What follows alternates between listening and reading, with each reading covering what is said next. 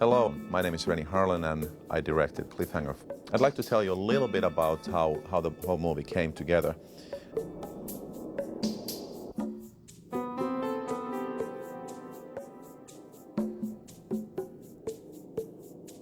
I read the script and I turned it down.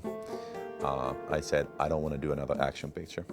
Then he sat me down together with Sylvester Stallone. Renny he's the last Viking. And I realized that we both had very similar ambitions at this point of our lives, which was to do something a little different. He's out there in the wind and the rain and the sleet, and he doesn't complain, and he's held us together, and he's got a great vision. Something that we are good at, which I hope is action and adventure, but something that will have a little more depth, a little more serious, and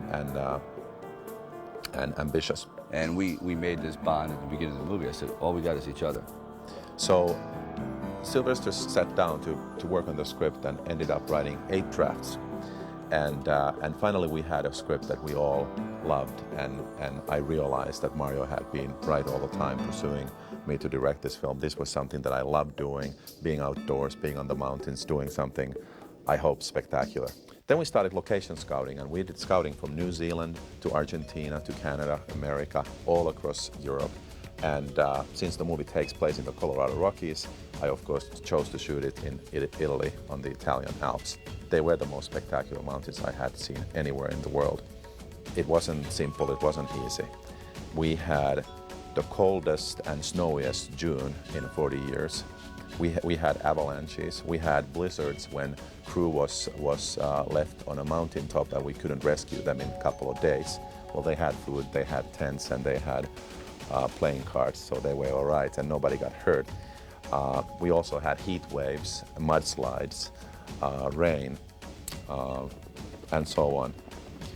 Sometimes the food would freeze and we couldn't eat. Sometimes the equipment will freeze and break down and we couldn't shoot, and so on. Yet we were very determined to shoot this movie in a different way than any other mountain movie before. Mountain climbing per se is very boring. You imagine somebody climbing 100 feet of rock. It takes about 2 hours, and if you just shoot it, that's the movie.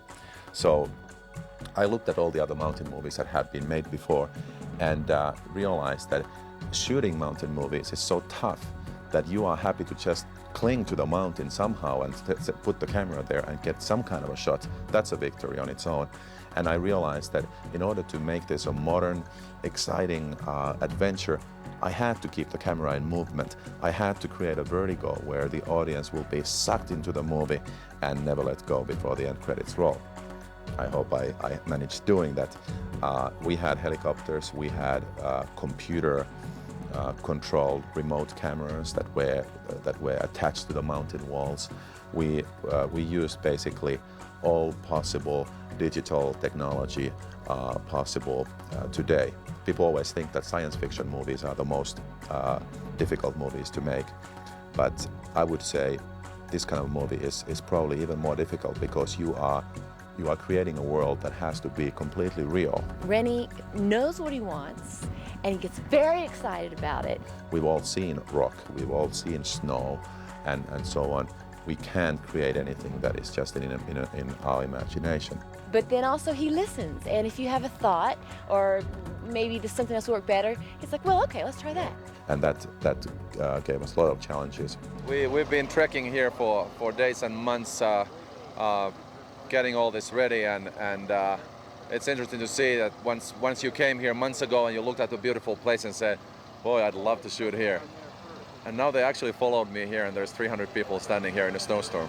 We had a fantastic time shooting this movie, and I hope you enjoy what you are going to see now. Thank you very much. Have fun. Renny. Okay, Sly. Want the challenge? Here we go. Mano, mano, Savage. It's fucking high.